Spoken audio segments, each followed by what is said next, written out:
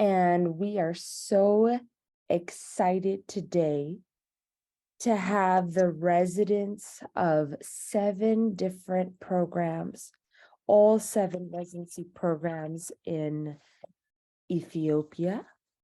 That is Mekelle University, Bahir Dar University, plus our Jimma, Gondar, Hawassa, St. Paul's, and AAU with us.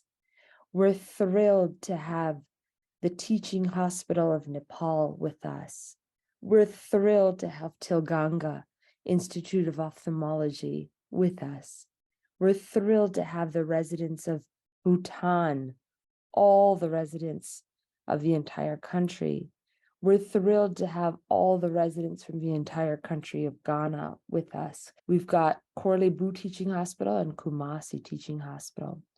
And so what's really fantastic is that we basically have 12 residency programs in its entirety, first year on through final year. We also have with us faculty and fellows from a number of these programs who are with us today. And so we welcome you all.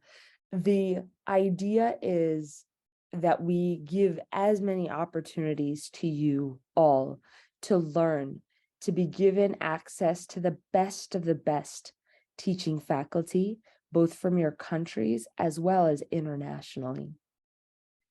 You are most welcome to ask questions posted on the group and keep engaged through this session. We are thrilled today to have with us my partner, colleague, and friend, Dr. Sidney Gospe from the Duke University Eye Center. He had done his college from Stanford University with a Bachelor of Science in Biology. He also completed, in addition to his medical school from the Duke University School of Medicine, a PhD in pharmacology. He went on, like I said, to do his fellowship in neuro-ophthalmology from the Duke Eye Center and has now been assistant professor there. We are thrilled that he will be with you all to give the concluding session for neuro-ophthalmology, and that is neuro-ophthalmology questions plus book review. So without further ado, Dr. Gospe, handing the session over to you. Well, I'd like to thank Dr. Narayani for this opportunity. I'm really glad to be able to give this lecture to you. We've got a pretty jam-packed session, so we'll get right to it. So we're going to start off by going over some review questions that I've selected from the AAO that I think are particularly high yield. We'll give you approximately 15 to 20 minutes. I believe there's 17 questions, so don't feel bad if you can't get through all of them, but just do your best. And then you'll access it via a Google Forms that I'm posting the link to now.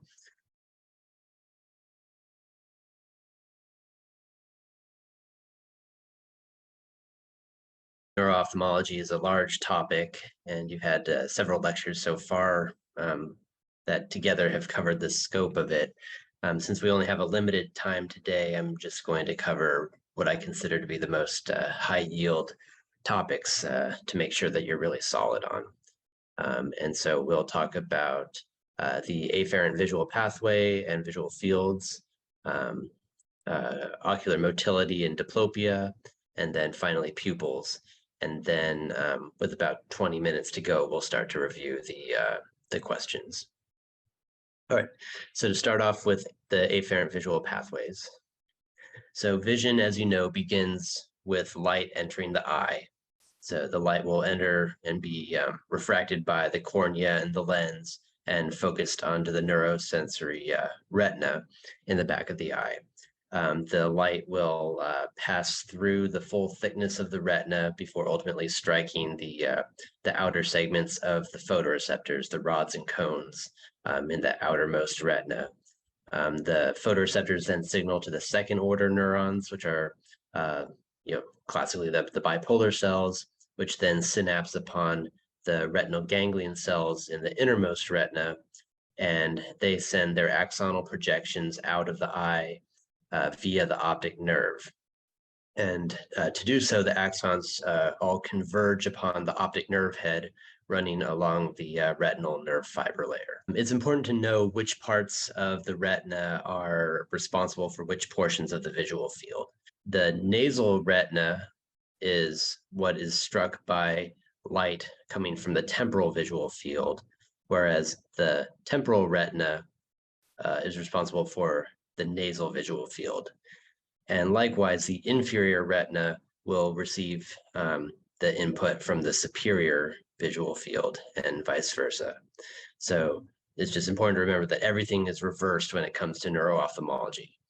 And this is true for the visual cortex as well. I mentioned that the retinal ganglion cell axons travel along the retinal nerve fiber layer in the innermost retina and then converge upon the optic nerve head or optic disc. The anatomy of this is important to keep in mind. So there's the papillomacular bundle, which is the axons of the retinal ganglion cells that serve the fovea and give us our central vision and our color vision. Now, these axons take a straight shot directly to the optic nerve head. However, the axons of all the other retinal ganglion cells take a more curvilinear approach. For instance, a retinal ganglion cell that's a bit temporal to the fovea, its axon is going to have to course around the papillomacular bundle. And so that explains why, for instance, in glaucoma, if you have an injury to the rim in a particular location, you're going to end up with an arcuate defect. So all of the retinal ganglion cells whose axons take this course around the papillomacular bundle would be injured, and that's what gives you an arcuate scotoma.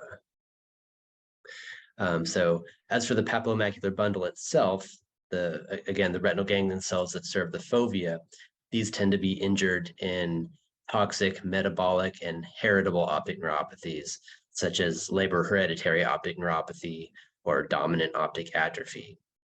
And in all of these cases, it tends to be a bilateral visual field defect because a systemic insult is just as likely to affect both optic nerves. So the classic visual field defect when the papillomacular bundle is injured would be either a central scotoma or particularly a secocentral scotoma, where the visual field defect extends from the natural blind spot all the way centrally. If there's a more focal injury, then you could also end up with a paracentral scotoma.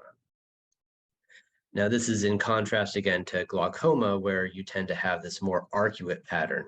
So if it's a limited injury, you can start with a nasal step, but a more complete injury at the neuroretinal rim of the optic nerve will take out all of the axons that are entering at a particular point, and then you end up with a classic arcuate defect.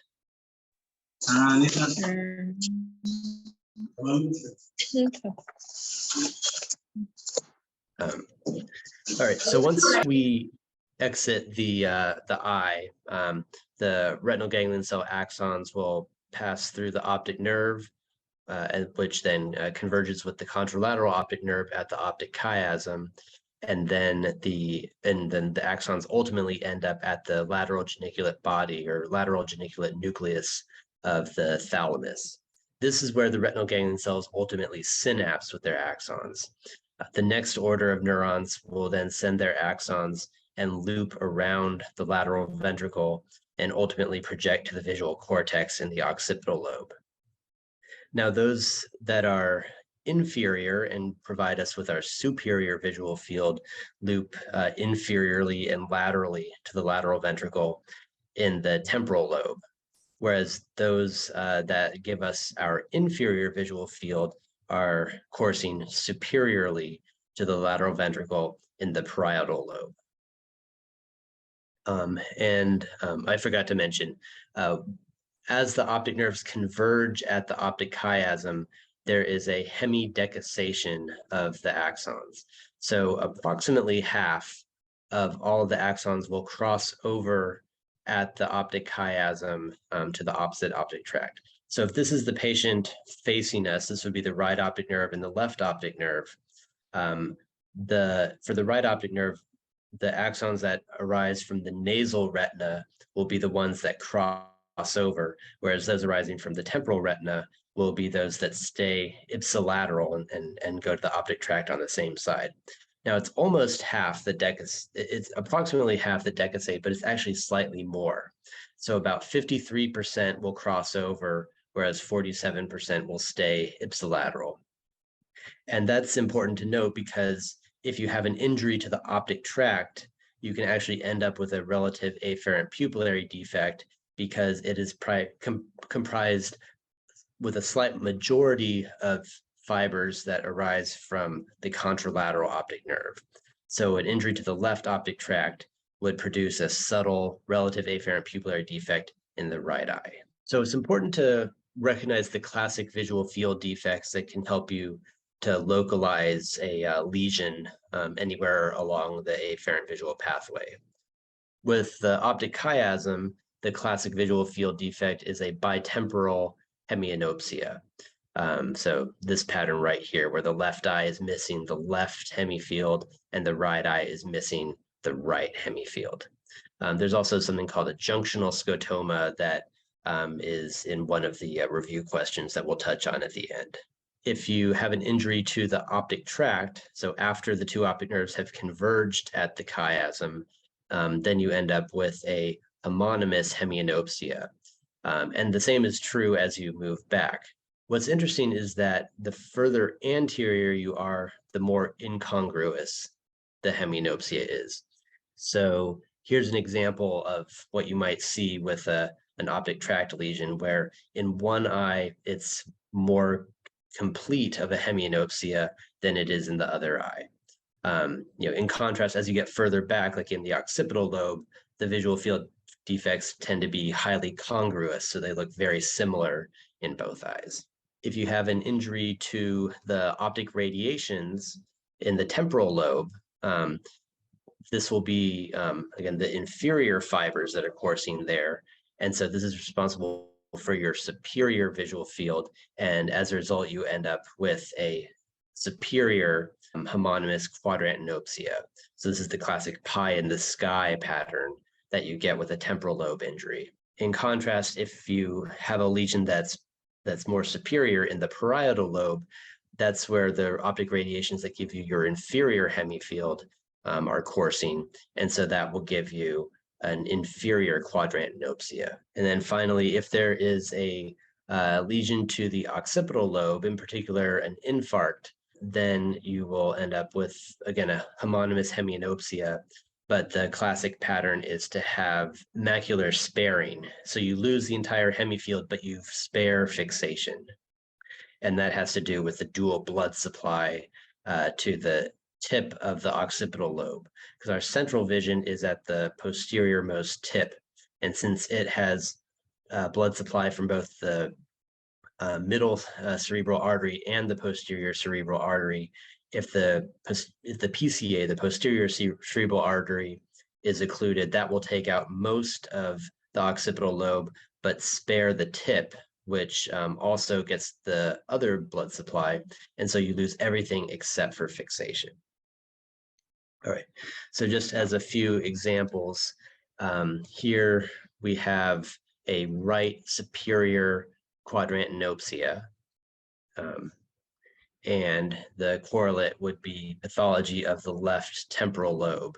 So in this case, there's a large mass that is involving this lobe and impinging on the inferior optic radiations. Good. And then here is an example of a left homonymous hemianopsia. And again, it's not complete because we have some sparing right centrally. And so this would be a classic occipital lobe lesion. And as you can see in this case, on diffusion weighted imaging, there is pathology of the majority of the medial occipital lobe on the right, but there's sparing of this posterior most portion because there's blood supply coming from this location. And so that's why we're sparing the visual field centrally. So we'll move on to ocular motility abnormalities and diplopia. And whenever you have a patient coming in with a complaint of diplopia, you always need to consider that the pathology could be anywhere from the eye itself all the way back to the brain. So it could be the eye in the orbit. There could be pathology in the cavernous sinus where the ocular, motor, cranial nerves are running. There may be pathology in the brainstem, which is where the cranial nerve nuclei reside. Or it could be a cortical problem, such as the frontal eye fields in the frontal lobe that initiate saccades. Okay, so just a quick review of the extraocular muscles. So this would be a right eye looking right at us. And so, I think everyone knows the 6 muscles that are responsible for moving the eye. It's important to know the different actions of these muscles, especially for testing purposes when it comes to the secondary and tertiary actions. So the first thing to know is that the medial rectus, the only thing it does is adduct the eye. And the lateral rectus, its sole action is to abduct the eye. They have no secondary or tertiary actions. They just do this one particular action and do it well. The vertical muscles, so the superior and inferior rectus muscles and the superior and inferior oblique muscles, they all have multiple actions, so primary, secondary, and tertiary.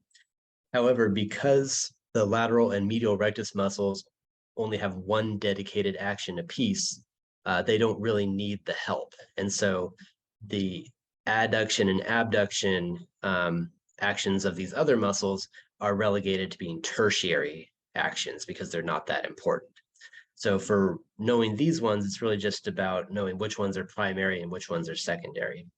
And so the oblique muscles are going to have a primary torsional action, whereas the superior and inferior rectus muscles will have a primary vertical action. So the superior rectus muscles' primary action is to elevate, and its secondary is to encyclotort, whereas the superior oblique, its primary action is torsional, and its encyclotorsion, and its secondary action is depression. And so there's a helpful mnemonic for memorizing all these actions. I think it's the most informative one in all of ophthalmology. So it's called SINRAD. And so superior muscles intort and vertical rectus muscles adduct. So again, for the superior oblique muscle, that's a superior muscle. So that must mean it intorts. And it's not a rectus muscle. So that means it must abduct as its tertiary action. Okay. All right.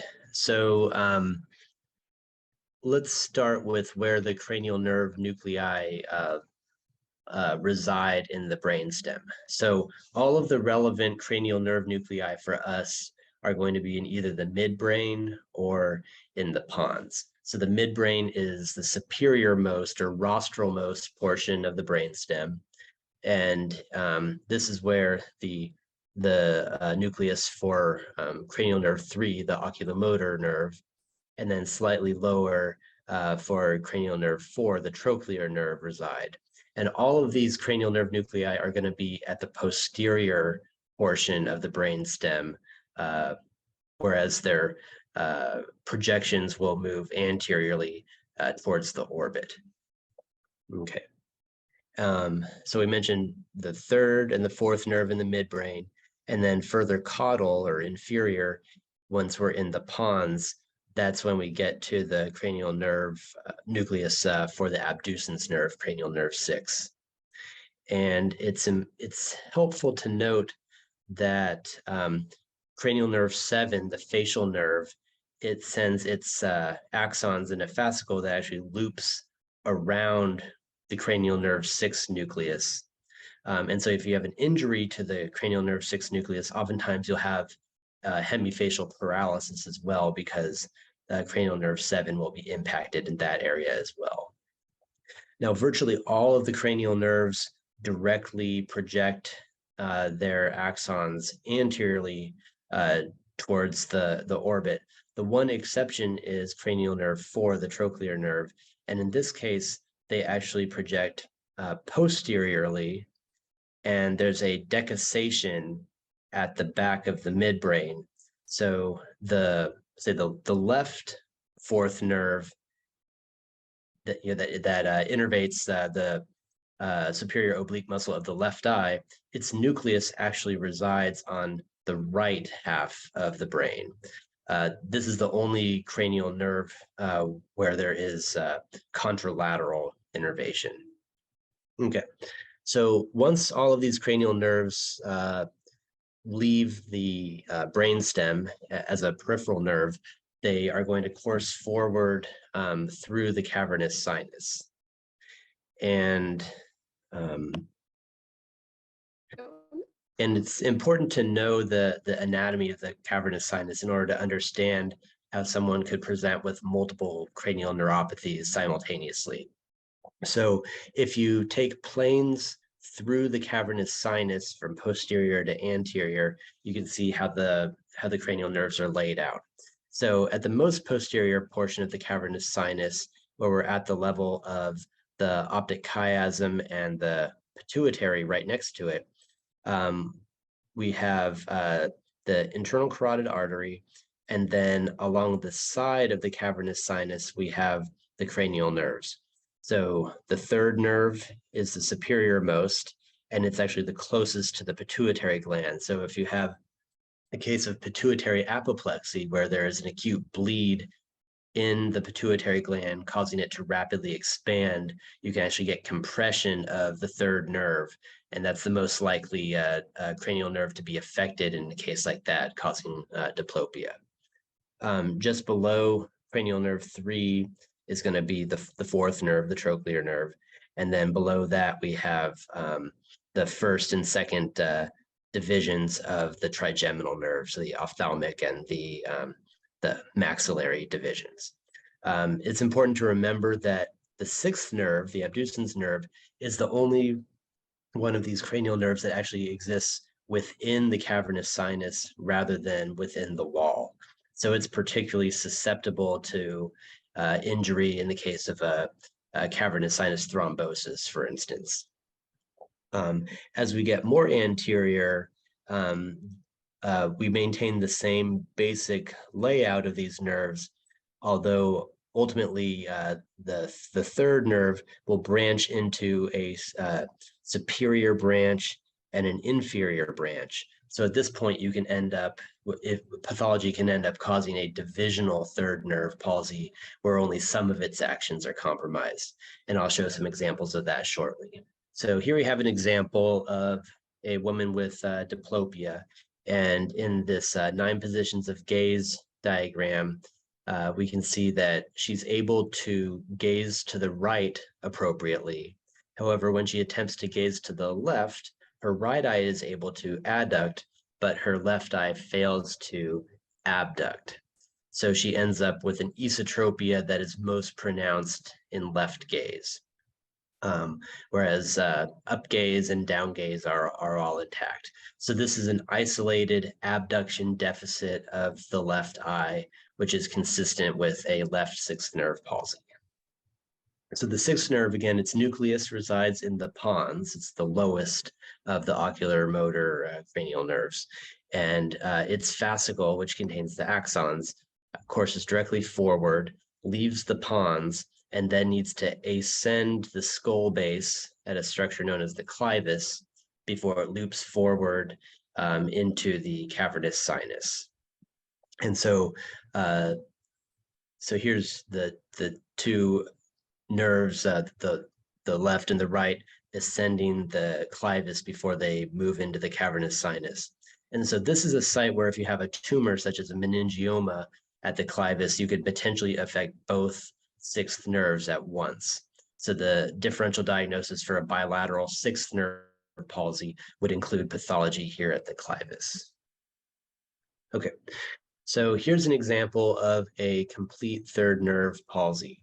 So on primary gaze, we can see that there is ptosis, and in the other gaze positions, the patient's lid is being manually elevated. And you can see that he is able to abduct the affected right eye. However, on left gaze, he fails to adduct, and as a result, he's got an exotropia that's more pronounced on left gaze.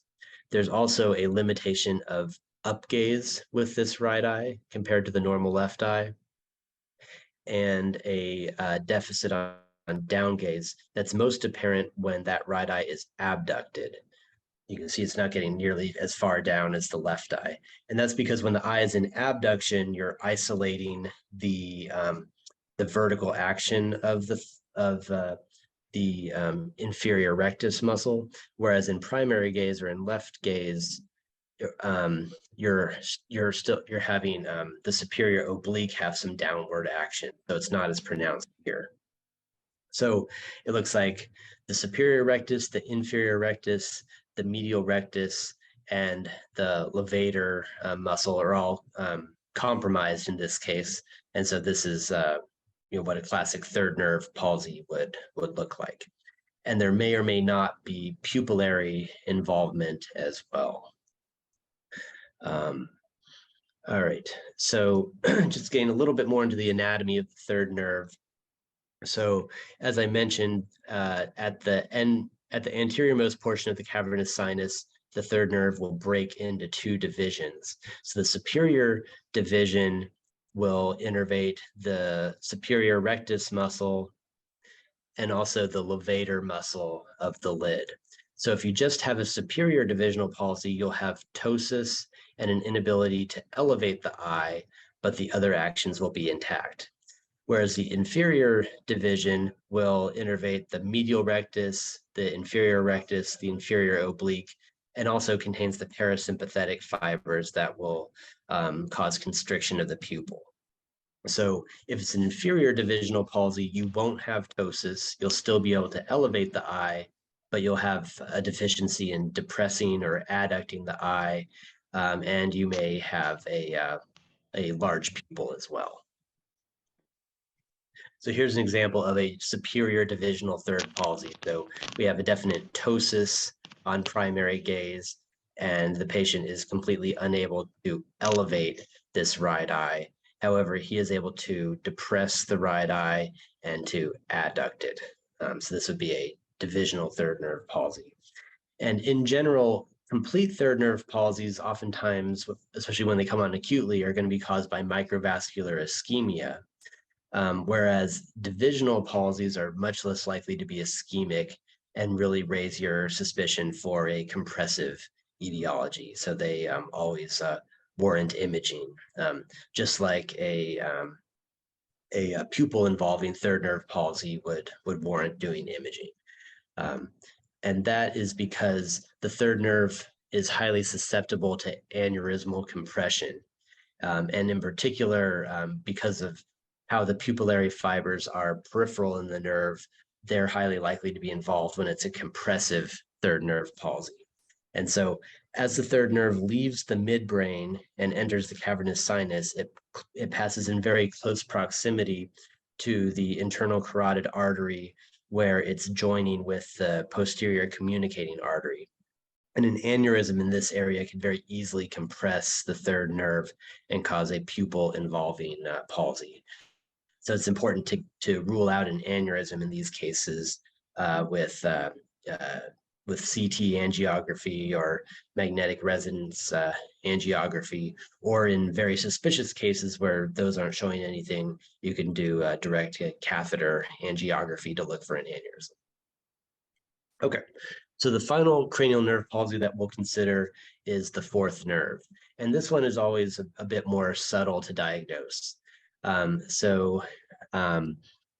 this case, the patient, just looking at the pupillary reflex and scleral show, the patient has a relatively subtle left hypertropia on primary gaze.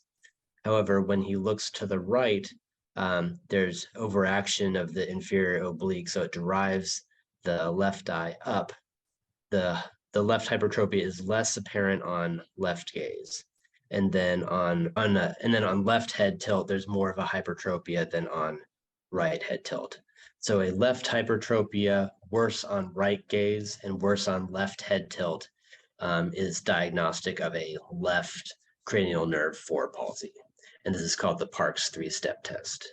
And as I alluded to before, the cranial nerve, the fourth cranial nerve nucleus resides posteriorly in the midbrain. And unlike all the other cranial nerves, it actually decussates posteriorly at the superior medullary velum and then courses around the midbrain before going anteriorly into the cavernous sinus and into the orbit. And compared to the third nerve, it's much further away from the vasculature, from the arterial vasculature. So it's less prone to aneurysmal compression than the third nerve.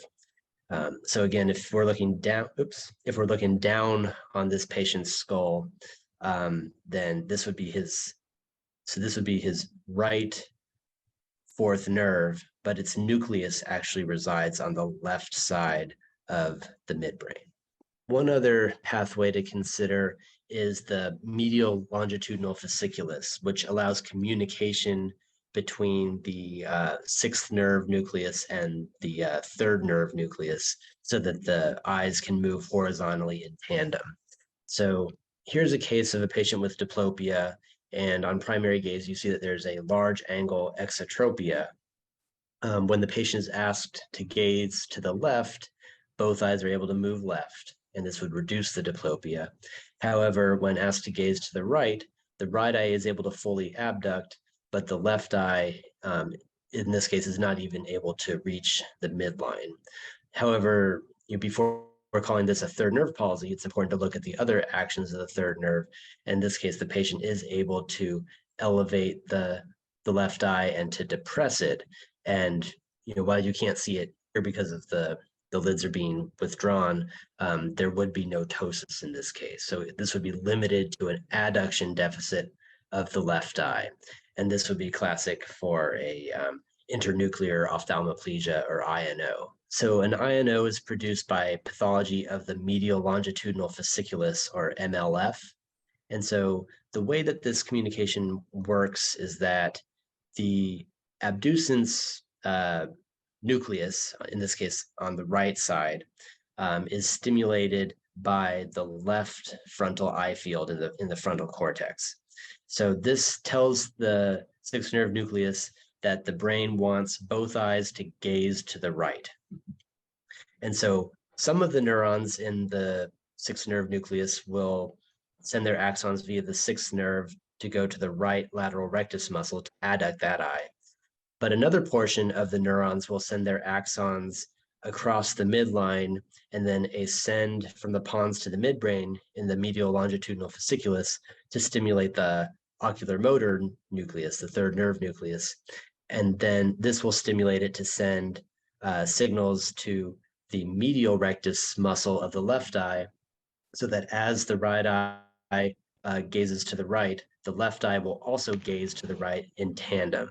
And so if we have a lesion to the MLF, then we're going to disrupt this communication. So we're still going to have the signal being sent to the right lateral rectus muscle, but we're not going to have the signal sent to the contralateral medial rectus muscle. So only the right eye will gaze to the right, whereas the left will fail to do so. And the MLF exists in the posterior most portion of the pons and midbrain. So any lesion there, whether it be demyelination in the case of multiple sclerosis or ischemia in the case of a stroke, could end up giving you a presentation like this. Okay, so we'll move on to our last topic, which is pupils. And so we'll start off with the neuroanatomy of pupils. And so it's important to remember that there's two different pathways that control the pupils. So there's the parasympathetic pathway, which constricts the pupils, and all parasympathetic neurons use acetylcholine as their neurotransmitter. We also have the sympathetic nervous system, which will be shown on the next slide, which is responsible for dilating the pupils and is dependent on adrenergic input like norepinephrine. All right, so focusing first on the parasympathetic pathway. So this is what we we think of with the classic light response. So when one eye is stimulated by light, it'll be picked up by the photoreceptors, which ultimately stimulate the retinal ganglion cells and then send their signal via the optic nerve. And so a lot of the nerve fibers are going to end up synapsing in the lateral geniculate nucleus for vision formation, but a portion of them will break off and instead go to the pretectal nucleus at the dorsal midbrain. Now, once they synapse there, the next order of neurons will either project to the Edinger-Westphal nucleus on the same side, or they will cross at the posterior commissure and stimulate the Edinger-Westphal nucleus on the other side. Now, the Edinger-Westphal nucleus is where the parasympathetic neurons are housed. And so these are the neurons that are ultimately going to stimulate the pupils to constrict as the output. And because each eye will, the afferent pathway will cross over reasonably equally at the chiasm, and then we have another crossing over event here, we should have an equal response by each eye, even if only one of them is stimulated. There should be an equal pupillary constriction under normal circumstances. Okay, so once the Edinger-Westphal nucleus is stimulated on each side, it will send its parasympathetic motor fibers forward, where it will eventually join with the motor fibers of the third nerve, and together they will course anteriorly, ultimately into the orbit, where there's the ciliary ganglion about 1 centimeter behind the eye, which is where these parasympathetic fibers synapse. And then the second order parasympathetic neurons are what will ultimately project to the pupillary sphincter muscle to constrict the pupil. And here's just another diagram of how we have the cranial nerve 3 nucleus and then the Edinger-Westphal nucleus with the parasympathetic neurons, and how their fascicles will join together right before the third nerve exits the brain. Okay, so the sympathetic pathway is a bit more complicated, and it starts in the hypothalamus, which is where the first order neurons are. So unlike the parasympathetic, which is really rapidly responsive to changes in light input, the sympathetic nervous system is a bit more slow acting, and it's controlled by a state of arousal. So if you're being chased by a bear and you're having the fight or flight response, that's going to cause your pupils to dilate because of the sympathetic output. So again, the first order neurons are in the hypothalamus. They send their axons down the brainstem, down the spinal cord, until we get to the lower cervical and upper thoracic spine in the ciliospinal center of Budge. That's where they finally synapse on the second order neurons, which then send their axons out of the spinal cord and then into the thorax, and then they ascend along a structure known as the sympathetic chain, and they loops in very close proximity to the apex of the lung. So a Pancoast tumor or an apical lung tumor could potentially compress them there. So these second order neurons, their projections ascend all the way up into the neck, where they finally synapse on the superior cervical ganglion, which is where the third order neurons of this system arise. And then these neurons, a small minority of them send their fibers directly to the face for pseudomotor controls that innervate the sweat glands of the face. And the majority of them continue ascending along the internal carotid artery into the skull, and then ultimately the axons go through the cavernous sinus, and they link up with the V1 distribution of the ophthalmic nerve, of the trigeminal nerve, before ultimately reaching the eye and stimulating the pupillary dilator muscle to achieve mydriasis of the pupil. So pathology anywhere along this course can produce a Horner syndrome. And so Horner syndrome is the result of a disruption of sympathetic input to the pupil or to the eye and to the face. And so as a result, we have partial ptosis of the affected side because one of the targets of the sympathetics is the Mueller muscle lid. We have meiosis because we can't dilate the pupil, and we have anhidrosis. So you can see there is some sweat on the unaffected side, whereas the affected side is unable to produce sweat. So this triad is the classic for Horner syndrome.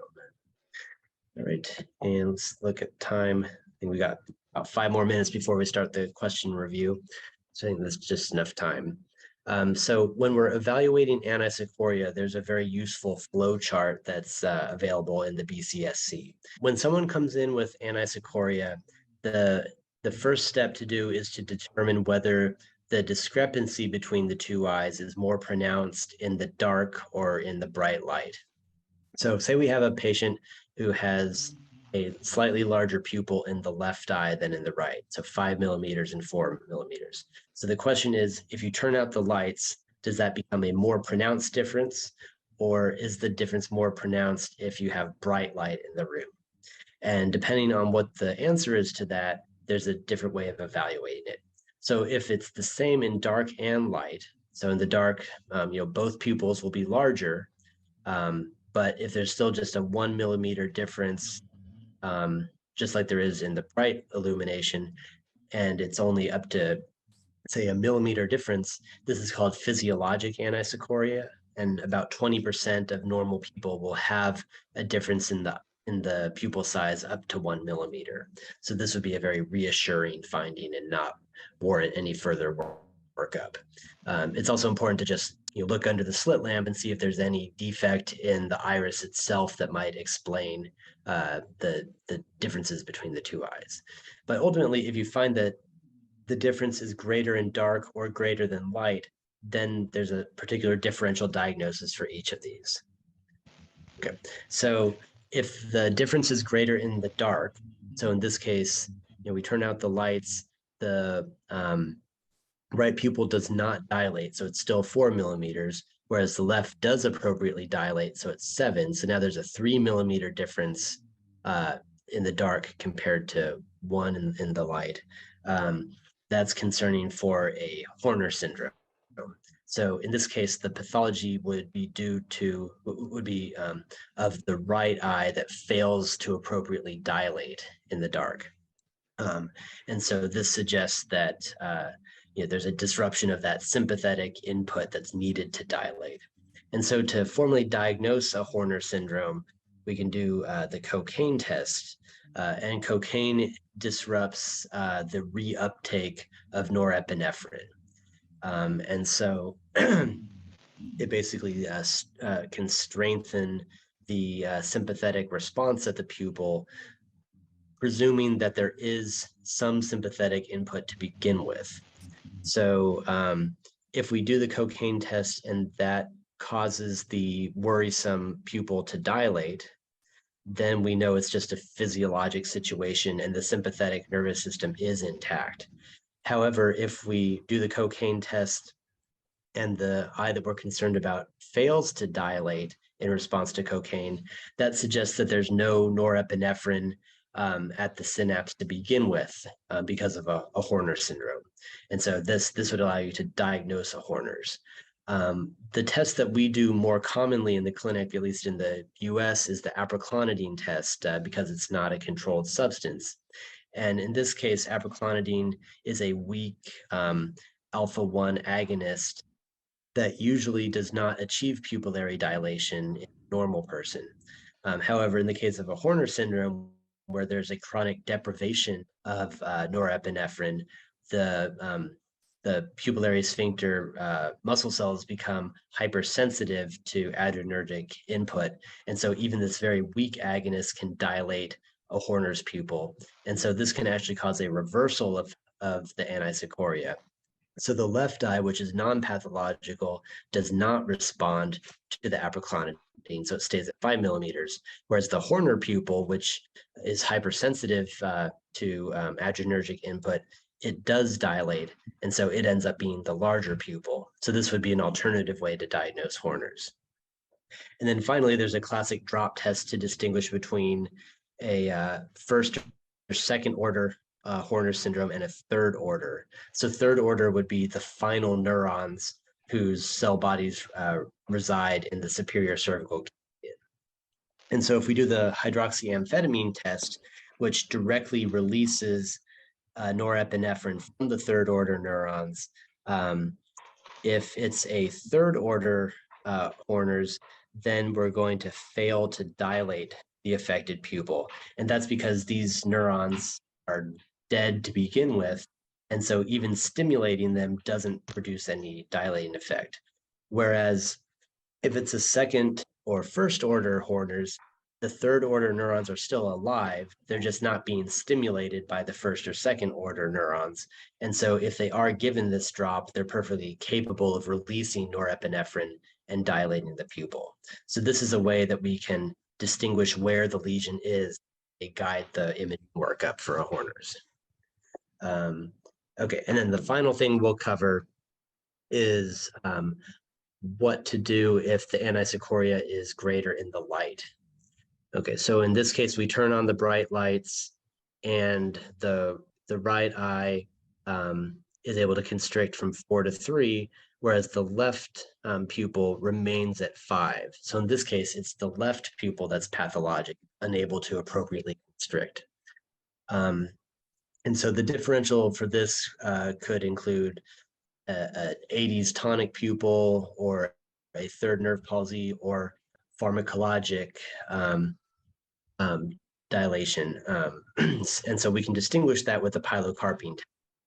So if we administer 1/8% pilocarpine, so this is a dilute pilocarpine where we take regular 1% pilo and then we dilute it 1 to 8 in BSF, in saline, and we administer that, then under normal circumstances, this is too weak to achieve any pupillary constriction, so we wouldn't see any change. However, for an 80s tonic pupil, where you have this chronic disruption of parasympathetic input to the pupil, it becomes hypersensitive to cholinergic input in this case. And so this very dilute acetylcholine agonist is able to constrict that pupil. So in this case, the anisocoria is reversed and we make our diagnosis of the 80s tonic pupil. So if the dilute pilocarpine fails to constrict the concerning pupil, then we can move to a full strength 2% pilocarpine. And if that does constrict the pupil, then that would be suggestive of some pathology such as a third nerve palsy. So we'd need to be very carefully doing an exam to look for other evidence of a third nerve palsy like ptosis or motility abnormalities. However, if even this strong pilocarpine fails to constrict the pupil, then that could be suggestive of a pharmacologic dilation. So perhaps they were administered atropine or some other anticholinergic previously, and that's why this drug is unable to overcome that. And so that this would be a reassuring result, and you could check them out later after the pharmacologic agent had had time to wear off, and presumably the anisocoria would resolve. Okay, so I think we've got about 20 minutes to go over the questions from our review at the beginning. So just in the interest of time, I'll just read them and kind of go through my thought process. So a patient suffered a stroke involving the right optic tract. What is the expected finding on the examination?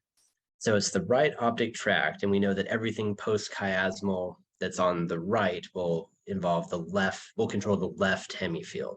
So we can eliminate these first two answers. So we know it's going to be a left homonymous visual field defect if it's a right optic tract lesion.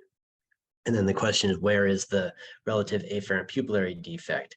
And as we discussed, when the retinal ganglion cell axons decussate at the chiasm, a slight majority, 53% of them, will cross over, whereas about 47% stay on the same side. So the right optic tract is going to have slightly more fibers from left optic nerve than from the right optic nerve. And so as a result, you have a subtle left RAPD. Okay. All right. A central scotoma in one eye and a superior temporal defect in the other suggests a lesion in what location? And so, so this is this is just kind of, you need to have memorized this, but this is the classic visual field defect for a junctional scotoma. So it's at the junction of the optic nerve and chiasm. And I'll show you why. So again, for the first question, we have this somewhat unequal decussation of axons at the optic chiasm, which is why an optic tract lesion will present with an RAPD. For the second question, we have the junctional scotoma. So we got the left eye, the right eye. The left eye has a central scotoma, or in some cases, a complete washout of its visual field, whereas the right eye has a superotemporal defect that respects the vertical midline. So this is a classic junctional scotoma, which suggests that there's pathology right at the posterior optic nerve, right where it's joining with the chiasm.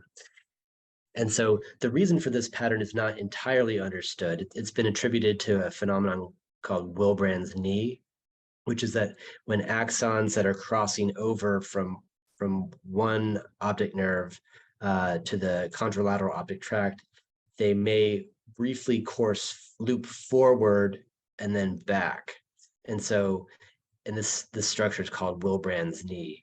And so if there's pathology right here, it could potentially not just affect the axons coming down this optic nerve, but affect those from the opposite optic nerve before they loop back. And so that can cause this superotemporal defect of the other eye. Now, whether this actually exists in humans under normal physiologic circumstances is a matter of controversy, but certainly this phenomenon exists. So if you see this pattern, you should strongly suspect pathology at this location. Okay.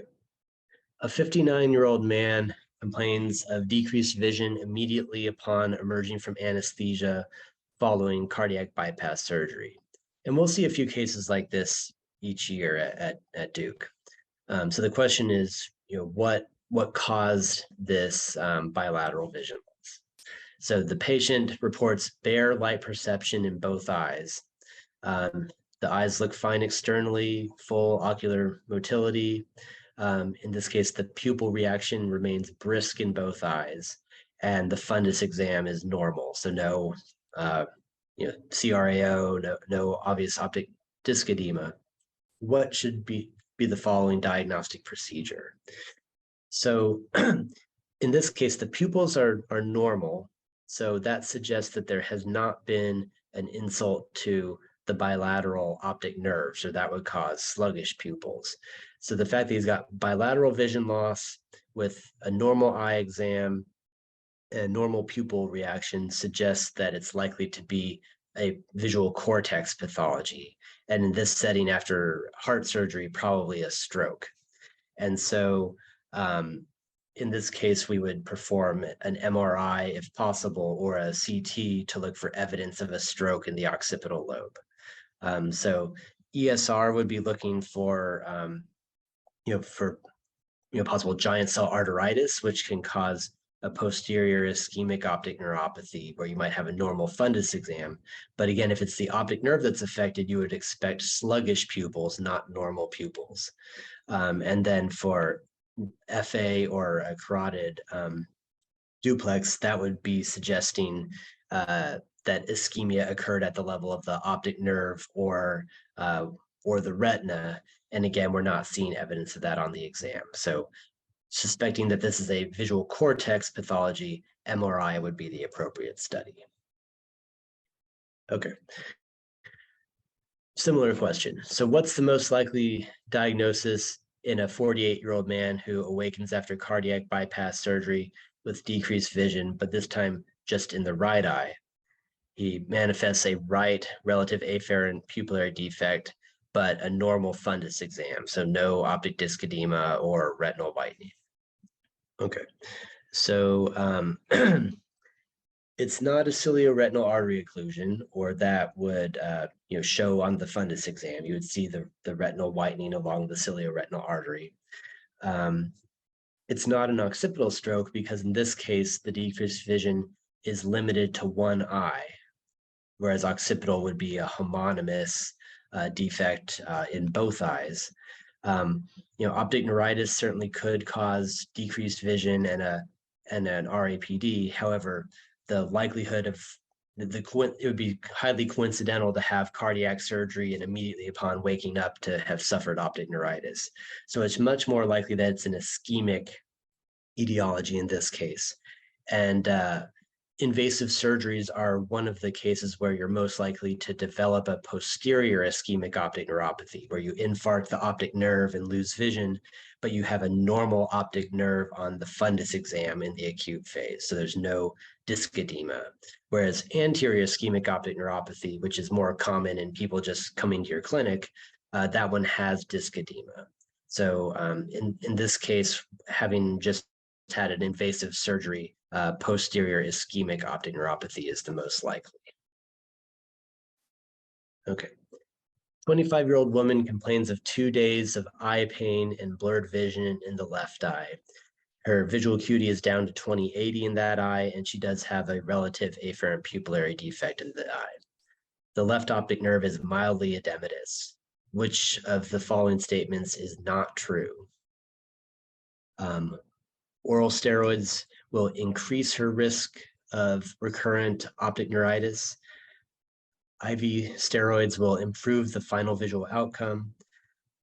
The risk of developing multiple sclerosis can be determined by the brain MRI, and initiating a disease-modifying therapy like interferon can delay the development of multiple sclerosis. So most of these have to do with the optic neuritis treatment trial, which is important in guiding how we treat these patients. So we know from that study that IV steroids is superior to oral steroids.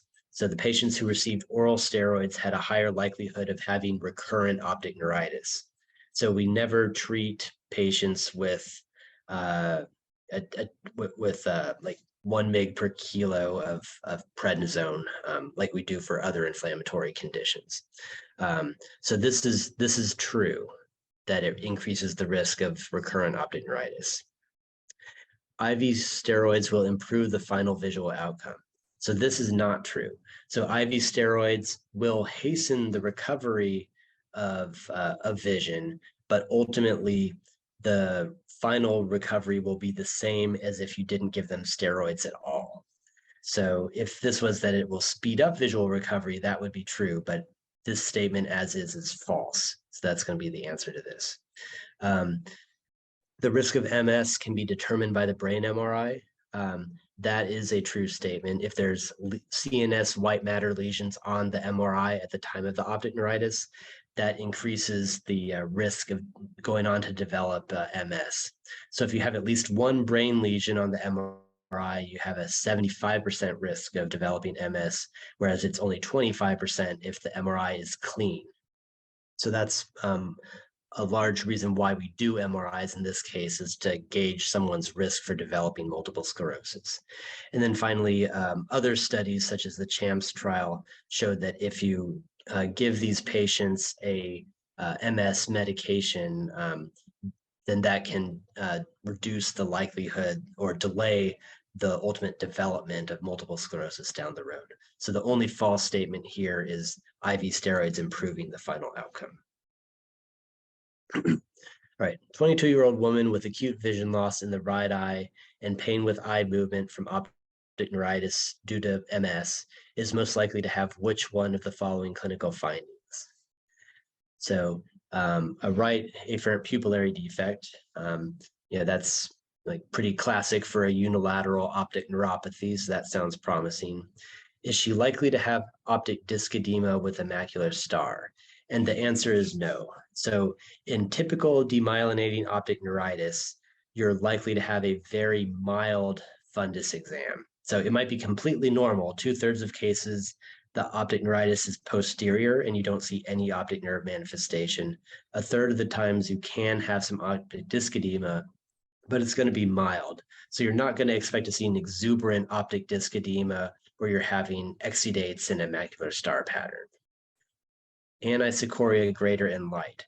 So this is the difference between an afferent and an efferent effect. So an insult to the optic nerve causes an afferent pupillary defect, and you see an RAPD. However, you should not see a discrepancy in the size of each pupil. That's an efferent effect, so from brain to eye rather than from eye to brain. So that would not be expected in optic neuritis. And then uveitis with vitritis. In some cases with MS, you can see an intermediate uveitis, but it's not specifically associated with the optic neuritis itself. So the RAPD in a unilateral optic neuritis is by far the most likely observation you see here. Okay, previously healthy 54-year-old man describes 1 week of binocular diplopia. He also feels slight discomfort in the back of the eye. The most likely location of the lesion to explain the abnormality is where? Okay, so primary gaze looks like there's a little bit of a right hyper or left hypo and perhaps an exotropia as well.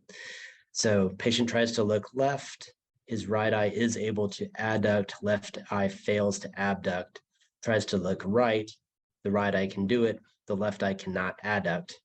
The left eye also can't elevate or depress. So we're having multiple cranial nerves involved here. It's not just the third, it's not just the sixth. It's definitely both of those, and conceivably the fourth nerve could be involved here as well. And then there's also some facial pain. So this is highly suggestive of a cavernous sinus lesion where you're having multiple cranial nerves involved.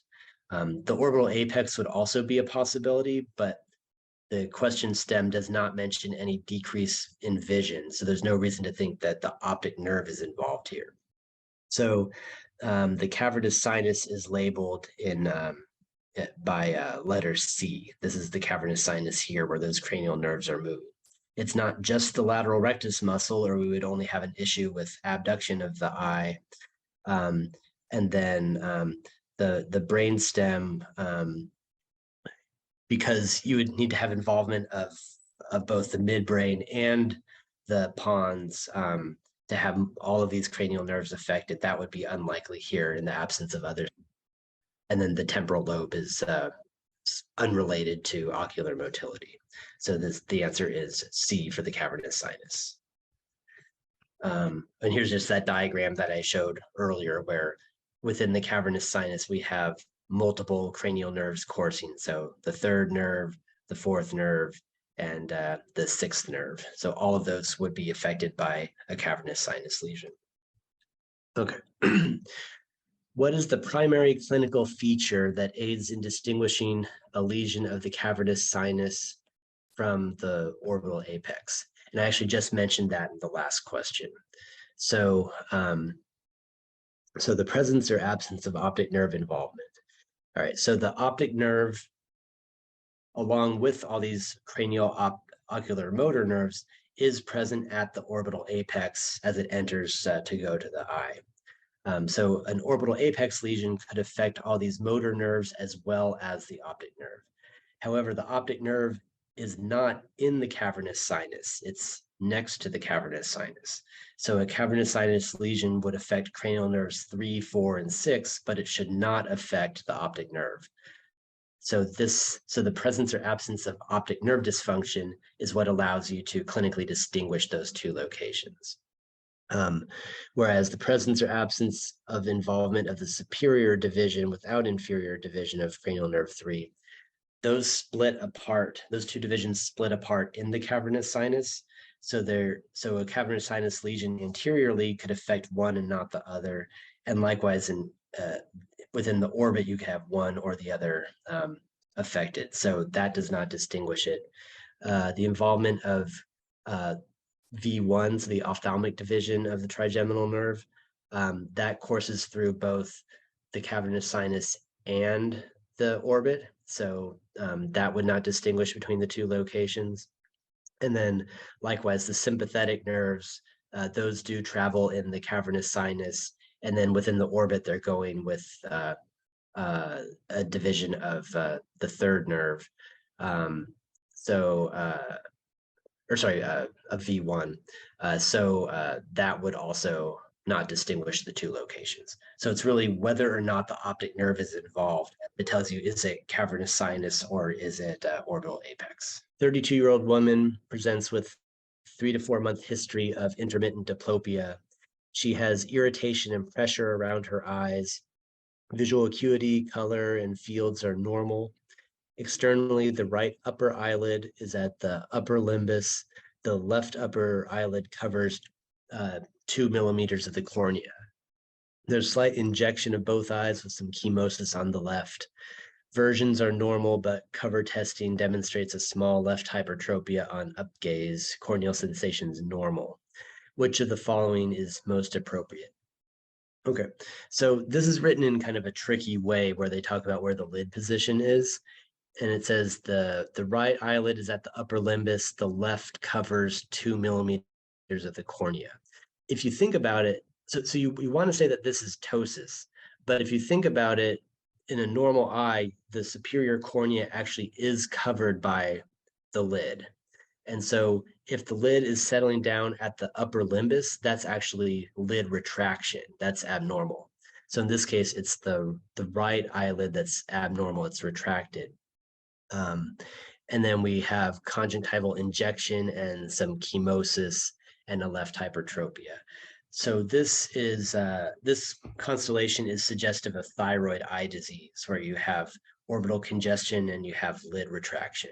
And then because the inferior rectus is one of the most commonly affected muscles with thyroid eye disease, that can cause a limitation of elevation of one or both eyes. And so that might produce a vertical deviation on upgaze. So because of that, we're favoring a thyroid etiology. So doing thyroid studies would be appropriate. Syphilis would not really give this type of presentation. And with an echocardiogram, we'd be looking at embolic phenomena, so ischemic, and that also doesn't really give you this type of orbital congestion picture. The only other one to really consider is testing for myasthenia gravis, and that can certainly cause diplopia. But again, in this case, the lid issue is not ptosis, it's actually lid retraction, which you would not see with myasthenia. So that's why the thyroid function test is the appropriate answer. Okay, 64-year-old African-American woman has the following ocular motility abnormality. A lesion in what area of the brainstem is responsible for this presentation?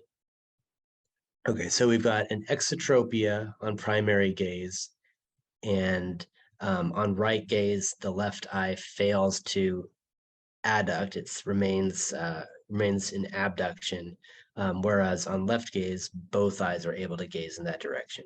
So I showed you one like this before, where you have this isolated failure of one eye to adduct, and that's an internuclear ophthalmoplegia, or INO. And as we talked about before, this is a pathology of the medial longitudinal fasciculus, or MLF, and that exists at the posterior-most portion of the midbrain and pons to allow communication between the sixth nerve nucleus and the third nerve nucleus. So pathology right here labeled by 1 would be expected to produce an INO. Okay. And in the interest of time, we'll just, we've already gone over this in the lecture. Okay. 62-year-old woman with uncontrolled hypertension has an inability to look to the right. So neither eye can move past the midline when she tries to look to the right. There's also an incomplete blink in the right eye. Where is the lesion located? Okay, so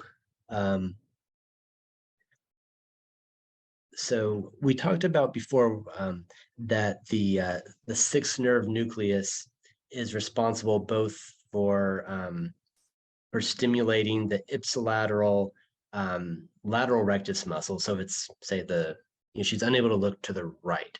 So the right sixth nerve nucleus That would not, if there's a lesion there, that would fail to stimulate the right lateral rectus. And then because it also communicates with the third nerve nucleus on the other side, that would cause the contralateral eye, the left eye, to be unable to adduct. So that would cause a gaze palsy where neither eye can look to the right.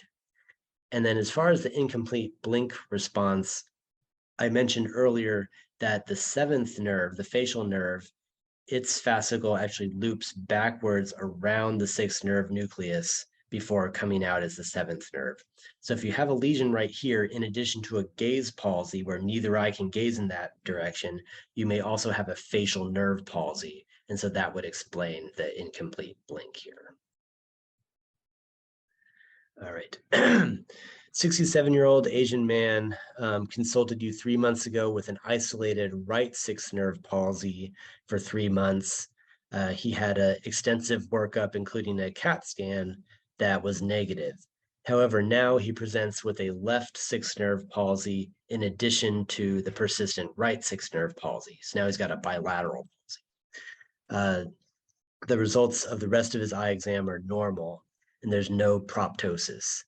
He has a lumbar puncture performed that was normal with normal opening pressure, because intracranial hypertension can also cause bilateral sixth nerve palsies, but that's normal.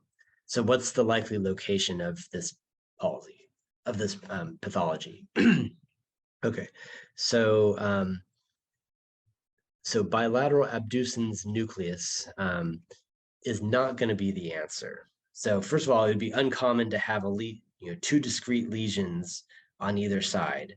And secondly, as we just mentioned, the sixth nerve nucleus is actually a gaze center. So you would, if you had a lesion of both sixth nerve nuclei, then you wouldn't be able to move either eye in either direction. You wouldn't just have the abduction deficit of each eye. By both orbital apices, to just have it be the sixth nerve affected without any vision loss or other motility defects, that would be unlikely. And then with, as far as this right facial nerve genu around the abducens nucleus, it doesn't mention anything about a facial palsy. So the clivus, which you recall is where the sixth nerve ascends before it gets into the cavernous sinus, and the two sixth nerves are in reasonably close proximity. If you have a lesion here like a meningioma, that could take out both sixth nerves at the same time. So that's going to be the answer in this case. And so here's the clivus right here, and here's the pons. So both sixth nerves come out of the pons and then ascend this structure before going forward. All right. A pupil involving third nerve palsy is assumed to be caused by an aneurysm until proven otherwise by neuroimaging. Where is the most common location of an aneurysm causing a pupil involving third nerve palsy? Okay, and this is just something that you have to memorize, but it's going to be the junction of the posterior communicating artery and the internal carotid artery. And so again, we got the internal carotid artery here, and here's the posterior communicating artery. At this junction is a hot spot for aneurysms, and the third nerve travels right in this location. So that's where you're most likely to get an aneurysmal third nerve palsy. Okay. 29-year-old pharmacist was parked when her car was struck from the side. Since the accident, her right pupil is small. In the light, the pupils are 1 millimeter in the right, so very tiny, and then 4.5 millimeters in the left. In dim light, the pupils are still 1 millimeter in the light and slightly dilated to 5.5 in the left. The right pupil is unreactive to light or near stimulus. The left pupil is normal. The remainder of the exam is normal, including motility. So what's the most likely diagnosis? So basically the right pupil is very tiny and it fails to dilate. So, that could potentially be a Horner syndrome, but the fact that it's so tiny, in a Horner syndrome, you tend to have a slightly smaller pupil in the affected eye that doesn't dilate, but you don't have a profound meiosis. And you do tend to still have some pupillary reaction because in the Horner syndrome, the sympathetics are affected, but the parasympathetics that constrict the pupil are still active. So you usually do still have a light response. So the fact that this pupil is non-responsive to light is not really that suggestive of a Horner. And so it says the exam is normal, so that kind of rules out chronic uveitis with posterior synechia. You should see that on the eye exam. Syphilis can cause a pupil that does not react to light, although it should react to near. That's the Argyll-Robertson pupil. So the fact that this doesn't react to either of them and that it's a unilateral problem is not suggestive of syphilis. So we're left with pharmacological anisocoria. And so this would be a case, and they actually kind of give away the answer in the stem where this patient is a pharmacist. So she's got access to these medications. And so if you get pilocarpine in the eye, that's going to severely constrict the pupil, and it's going to basically max out the constriction to the point where you can't respond any further to light or near stimulus. And then in dim light, you're unable to dilate the pupil. So pharmacologic. Okay, 45-year-old female with chronic back and neck pain presents with a drooping right upper lid for the past 2 weeks. She first noticed it after seeing a chiropractor for neck manipulation. She also has a right-sided headache. Vision is normal, no RAPD. She has anisocoria, which is greater in the dark, and the right pupil is smaller than the left. So the eye that is ptotic also has the smaller pupil. The remainder of her neurologic and ophthalmic exam is normal, aside from that mild ptosis. Aproclonidine is applied to both eyes and reverses the anisocoria and the ptosis. So what's the next step? Okay, so she basically has a classic Horner syndrome. She's got a slightly ptotic right eye, and she's got a smaller pupil on that side. And then the aproclonidine test reverses the anisocoria. So that's diagnostic of a Horner syndrome. Now, she is mentioning this right-sided headache. So it's a painful right Horner's. So a painful Horner syndrome is a carotid artery dissection until proven otherwise. And it even mentions that she just had a neck manipulation with a chiropractor, which is a risk factor for a carotid dissection. So this is an emergency because she's with a potential dissection, she's at risk for an imminent stroke. So she needs to have imaging immediately to look for the carotid dissection. So that could be done with MRI, MRA, or a CT angiogram. A CTA could also equally show you a carotid dissection. I would do the imaging first before starting the anticoagulation because you want to actually confirm the diagnosis, but this should all be done very rapidly in an emergency room. Reassurance would be inappropriate because she's at risk for a stroke. And a tensilon test is part of testing for myasthenia gravis, which could cause the ptosis, but should not cause pupillary abnormalities. It's only a motor issue. It's not myasthenia does not affect the pupils. Okay. A lesion in which location typically results in a dilated pupil that constricts with dilute pilocarpine. So the dilated pupil that does react to dilute pilo is what you see with 80s tonic pupil.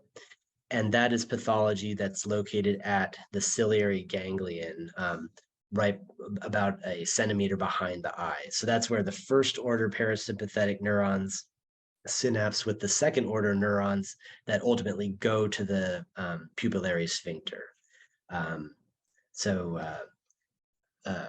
Cavernous sinus would not cause a isolated 80s pupil because that's traveling along with a third nerve that the parasympathetics are. So you would have motility issues as well.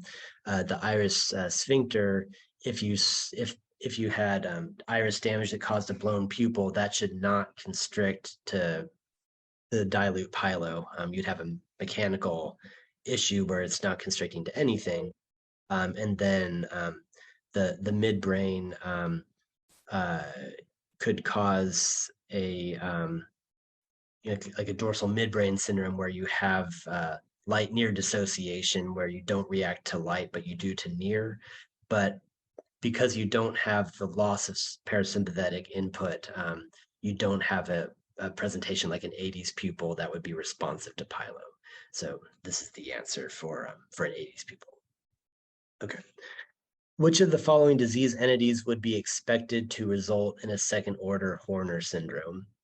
So second order, so the first order, the neurons live in the hypothalamus. The second order, the neurons live in the spinociliary center of Budge in the spinal cord, and then their axons enter the thorax and ascend up to the neck, where they synapse with the third order neurons in the superior cervical ganglion. So second order could be anywhere from the spinal cord to up in the thorax to the angle of the jaw where the superior cervical ganglion is. So which of these would affect those neurons?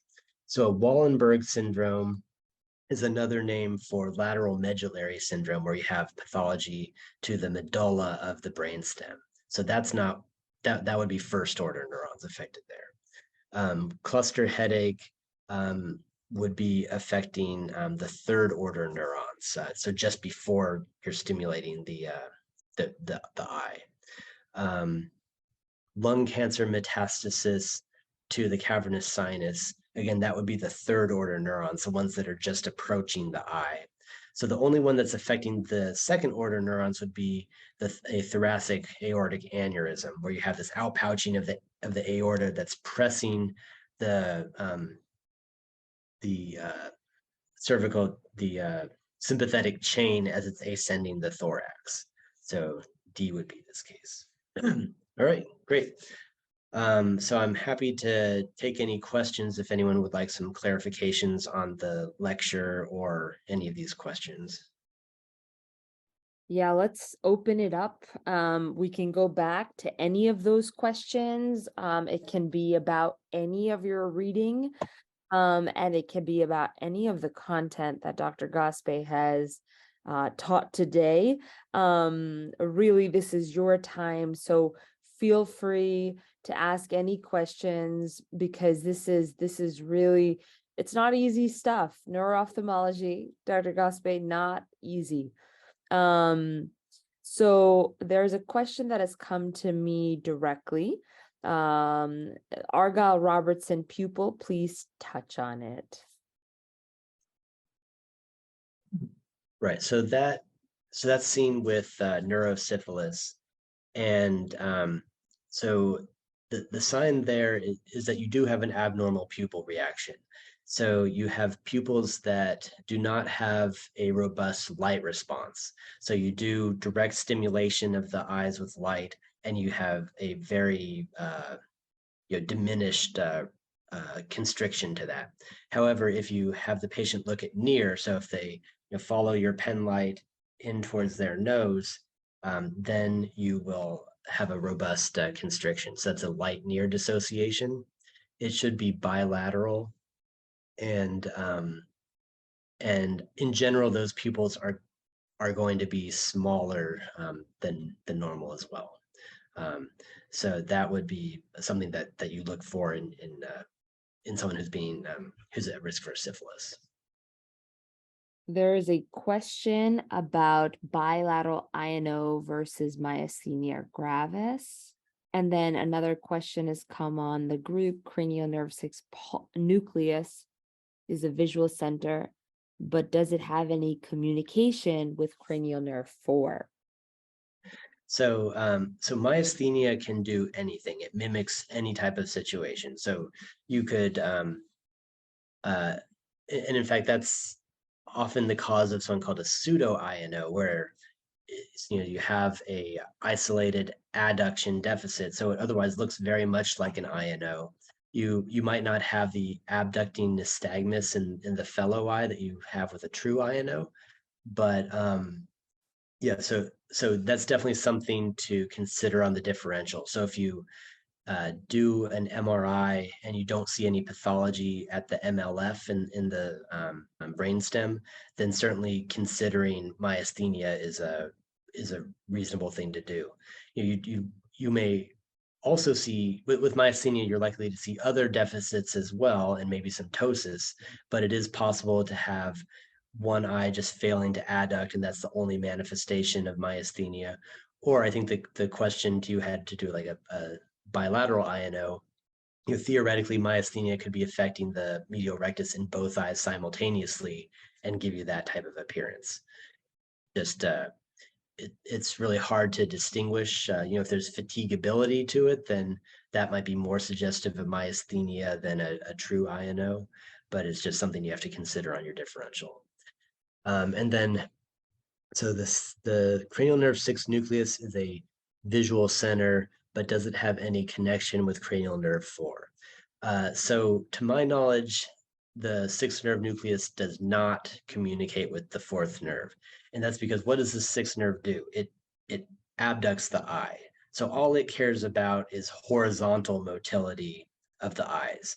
It wants to coordinate with the contralateral eye so that when, say, the right eye abducts, it wants the left eye to adduct so that the eyes stay in line. But because the 4th nerve only has vertical and torsional activity and the 6th nerve doesn't have those activities, it really has no role in coordinating with the 4th nerve. Let's see, what else do we have? How can we differentiate superior division 3 palsy from a monocular elevation deficiency? So it would also have, it would not just be limited to the elevation deficiency, but you would have ptosis as well if it was a superior divisional third. And also a lot of these congenital ones would be bilateral, whereas a third nerve palsy would be unilateral. Causes of bilateral vision loss with intact pupillary reaction. So basically anything behind the LGN would cause that.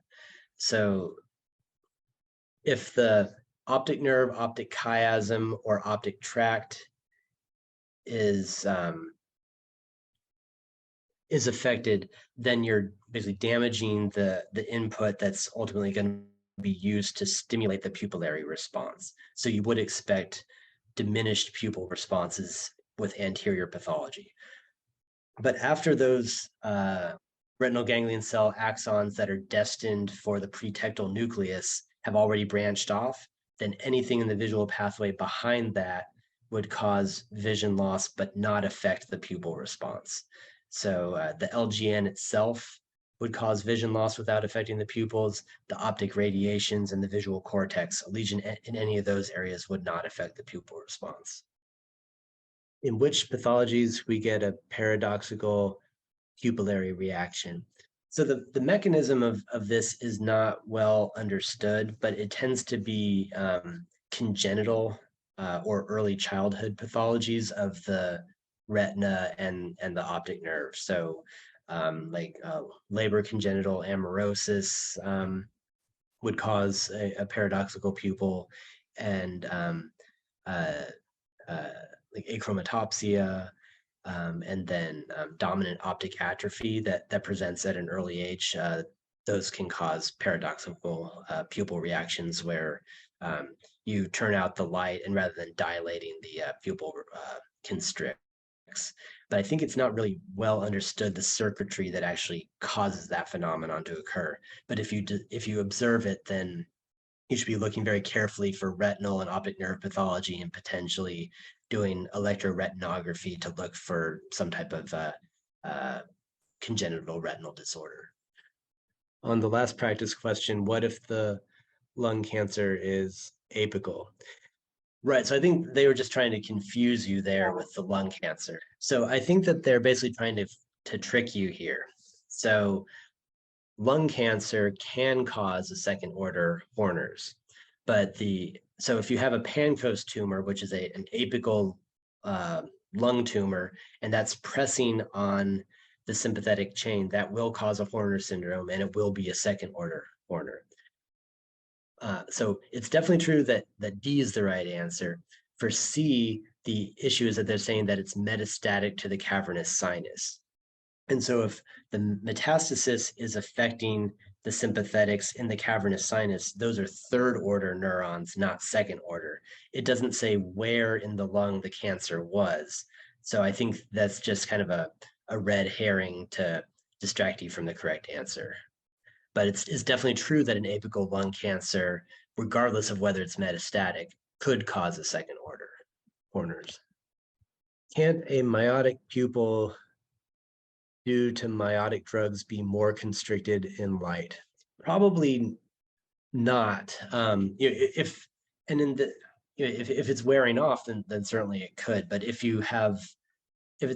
the drug is having such a strong effect that it's already constricting you to 1 millimeter, like in that particular question, then you really don't have any room to go beyond that. So basically the drug is a very strong parasympathetomimetic agent, and it's basically already maxed out what can be achieved by the parasympathetic nervous system.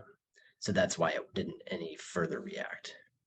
Can an RAPD be checked in a unilaterally dilated pupil? Yeah, so that's the idea of an RAPD by reverse, which is a term that's not really favored by neuro-ophthalmologists, but I think it makes conceptual sense. So say I have damage to my left eye, where I have a third nerve palsy and a traumatic optic neuropathy. So my pupil is dilated and my optic nerve is dysfunctional. So, if you shine the light directly in the left eye, that pupil is not going to constrict. But the question is it because of the third nerve palsy or because of the optic neuropathy? But if you do the swinging flashlight test and you shine it in the right, and my right pupil comes down nicely, then you swing it to the left, and while you're still looking at my right eye, when the light reaches my left eye, you'll still see a dilation of my right eye. So that would suggest that the left eye has an RAPD, even though you can't observe its pupillary response. You can still observe the response of the intact eye. So it is possible to confirm that left eye has an RAPD. What's the current practice for treatment of optic neuropathy? So I wonder if you're asking the treatment of optic neuritis, because optic neuropathy is a broad category. There's all types of different disease entities, so it would depend on that. But if it's optic neuritis, if it's very mild, it's perfectly acceptable to not treat them and just allow it to recover on its own. In more severe cases where there's a lot of vision loss and the patient would really benefit from recovering more quickly, then giving them 3 days of IV steroids, like a gram of methylprednisolone, for instance, that's considered an acceptable treatment in speeding the recovery and avoiding the higher risk of recurrence. It's not in the optic neuritis treatment trial, but there's more recent studies suggesting that if you do a bioequivalent oral dose, that is acceptable. So rather than giving 1 milligram per kilo, like 60 milligrams of prednisone, you could actually do the equivalent dose to the IV, which would be 1,250, which is a huge dose. We prescribe 50 milligram tablets and they have to take 25 of them each day. But it's not really testable on these tests, but that's something that we're doing nowadays that's considered acceptable practice. Is there a scenario for cortical visual impairment to cause unilateral vision loss? The answer to that is no. If it's cortical, then you have the input from both eyes, and so it should not just be one side. The patient might think that it's one side if they interpret the temporal vision loss in one eye as being more noticeable to them than the nasal loss in the other side. But the reality is there would be a homonymous defect. So there would truly be loss of vision in both eyes, whether or not they're aware of it. Okay, I'm sorry. That there is I didn't get into that in the discussion. Yes, the whoever wrote about the temporal crescent is correct. So that's something that may not really be noticeable by the patient, but the anterior most portion of the occipital lobe gives you your far most temporal visual field. And so if you have pathology that's limited to the very anterior visual cortex and you do a Goldman, then the far temporal periphery and the contralateral eye will be missing some visual field. And that's field that does not have a correlate in the ipsilateral eye. So it's an area where you have temporal visual field, but you've already gone beyond the extent of your nasal visual field. So that's true. In that case, a lesion there would cause vision loss only in the contralateral eye. So I apologize for omitting that example. And Dr. Gospe, thank you so much for such an amazing talk.